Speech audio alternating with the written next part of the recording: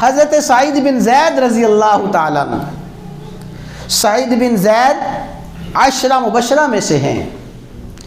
سعید بن زید پہ ایک عورت نے جھوٹا دعویٰ کر دیا کہ سعید بن زید نے میری زمین ہتھیا لی ہے، میری زمین پہ قبضہ کر لیا ہے۔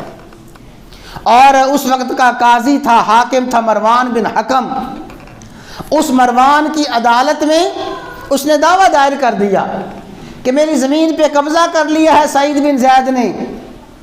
مروان نے آپ کو بلایا اور فرمایا کہ سعید، یہ عورت کہتی ہے کہ آپ نے اس کی زمین پہ ناجائز قبضہ کر لی ہے۔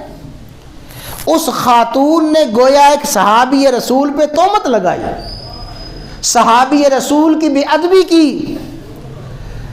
تو سعید بن زید فرمانے لگے، مروان، میں کس طرح کسی کی زمین پہ ناجائز قبضہ کر سکتا ہوں؟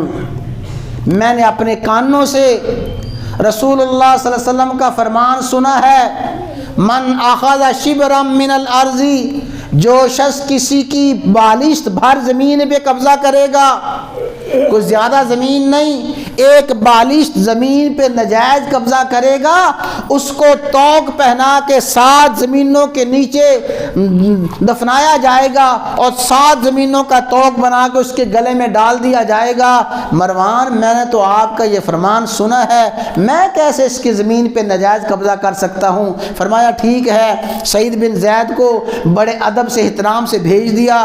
سعید بن زید نے پھر دکھی دل کے ساتھ یہ بد دعا کی، اللہم ان کانت کاذبہ، یا اللہ اگر یہ عورت اپنے دعوے میں جھوٹی ہے، فآمی بصرہا، یا اللہ میں بد دعا کرتا ہوں کہ اس کی بینائی چھین لے، اس کو اندھا کر دے، وجعل قبرہا فی دارہا، اس کی قبر اس کا گھر بنا دے، اس کا یہ گھر اس کی قبر بنا دے۔ یہ مظلوم آدمی ایسی بد دعا کر سکتا ہے؟ اس کو اجازت ہے، وہ صحابی رسول تھے، 10 مبشرہ تھے، جھوٹی تہمت لگائی تھی۔ اللہ نے تھوڑے عرصے بعد ہی، مسلم شریف کی روایت ہے، تھوڑے عرصے بعد اس عورت کو نابینا بھی کر دیا، اور پھر اس عورت وہ اپنے گھر میں موجود تھی، چھت گھر کی گری اور چھت گرتے ہی وہ نیچے دب گئی، اور نیچے کنواں تھا، کنویں کے اندر گر گئی، نہ کنویں سے کوئی نکال سکا، نہ اس کو کوئی قبر بنا سکا۔ صحابی رسول کی بے ادبی اور گستاخی کرنے والی عورت کو اللہ نے اندھا بھی کر دیا اور اس کو کنویں میں دفن کر کے اس کا گھر اس کا قبر بنا دیا۔